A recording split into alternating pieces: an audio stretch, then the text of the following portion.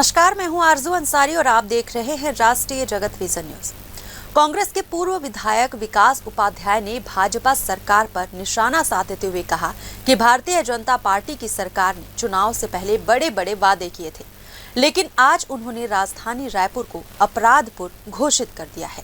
Bharatiya Janata party की सरकार ने चुनाव से पहले बड़े बड़े वादे किए थे, लेकिन रायपुर राजधानी को अपराधपुर की राजधानी आज उन्होंने घोषित कर दिया।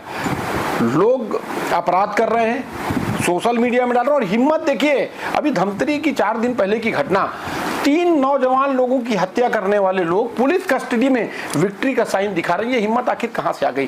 कहीं ना कहीं पुलिस कानून व्यवस्था में, लॉ एंड ऑर्डर में हम कमजोर साबित हो रहे हैं। क्या पुलिस का डंडा या पुलिस की वर्दी से लोगों का खौफ होता था, अपराधियों का, वो खौफ खत्म हो चुका है। ये हमेशा तब होता है जब राजनीतिक हस्तक्षेप होता है। मैं समझता हूं कि राजनीतिक हस्तक्षेप है, जो अपराधी किस्म के लोग हैं, जब वो अपराध करते हैं तो उनको छुड़ाने के लिए भारतीय जनता पार्टी के बड़े बड़े नेता इंटरफेयर कर रहे हैं और ये देखने को भी मिल रहा है। चाहे आप अलग अलग कारोबार माफिया बन गया है, आज प्रदेश में माफिया राज चल रहा है, चाहे स्टील का माफिया की बात करें, जमीन माफिया की बात करें, अलग अलग तरीके से उन सब लोगों को संरक्षण देने का काम कर रहे हैं और नशा बिक रहा है। नशा धड़ल्ले से बाहर के प्रदेशों के बॉर्डर से यहाँ पर आ रहा है। सेंट्रल में भी भारतीय जनता पार्टी की सरकार है, राज्य में भी भारतीय जनता पार्टी की सरकार है। आखिर ये जो सूखा नशा जो इंटरनेशनल मार्केट में मिलता था, ये छत्तीसगढ़ के अलग अलग गांव और शहरों में कहां से पहुंच रहा है? भारतीय जनता पार्टी की सरकार और पुलिस इसको पकड़ नहीं पा रही है,